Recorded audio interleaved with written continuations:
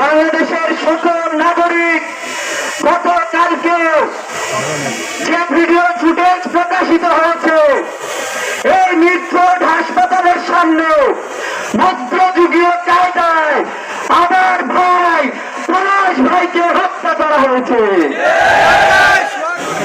আমার ভাই সোহাগ ভাইকে হত্যা করা হয়েছে। পুরো বাংলাদেশের সকল সচেতন মানুষ আতঙ্কগ্রস্ত হয়েছে হত্যাকাণ্ড দেখে।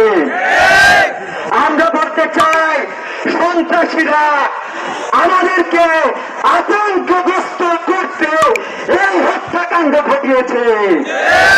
তারা একের পর এক সারা দেশের প্রত্যেকটা গ্রামে গঞ্জে মহল্লায় বাজার ঘাটে দোকানপাট থেকে শুরু করে কোন একটা প্রতিষ্ঠান বাদ রেখে নেয় যেখানে তারা চাঁদাবাজি শুরু করে নাই। আমরা বলতে চাই আপনারা যে ভয়ের মাধ্যমে এই চাঁদাবাজির বিরুদ্ধে আমরা যে ভয় ফেস করি এখান থেকে থামাতে চাই। আমরা এখান থেকে থামবো না। বাংলাদেশের জনগণ ফ্যাসিস্ট হাসিনাকে যেভাবে বাংলাদেশকে বিতাড়িত করেছে সেভাবে চাঁদাবাজদেরকেও বিতাড়িত করবে ইনশাআল্লাহ। আপনারা মনে হয় এখনো ভুলের স্বর্গে বাস করছেন। বাংলাদেশের জনগণ এই চাঁদাবাজির বিরুদ্ধে ঐক্যবদ্ধ হয়েছে।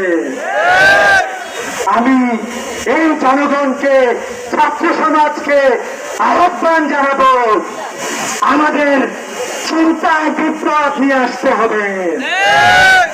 আমরা যদি বাংলাদেশের মানুষ যদি এই চিন্তা শুরু করে কাউকে আমরা 1 পয়সা চাঁদা দিব না, আমি বিশ্বাস করি বাংলাদেশের কোন শক্তি নাই যে আমাদের কাছ থেকে চাঁদাবাজি করতে পারে।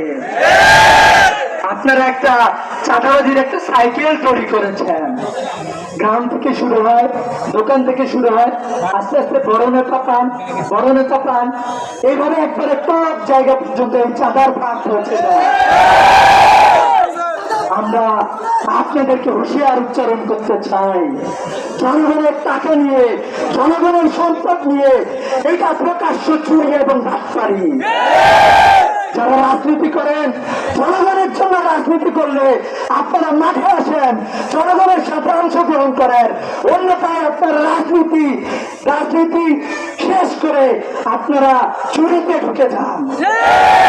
রাজনৈতিক দলের ভাষা কখনো চুরি হতে পারে না।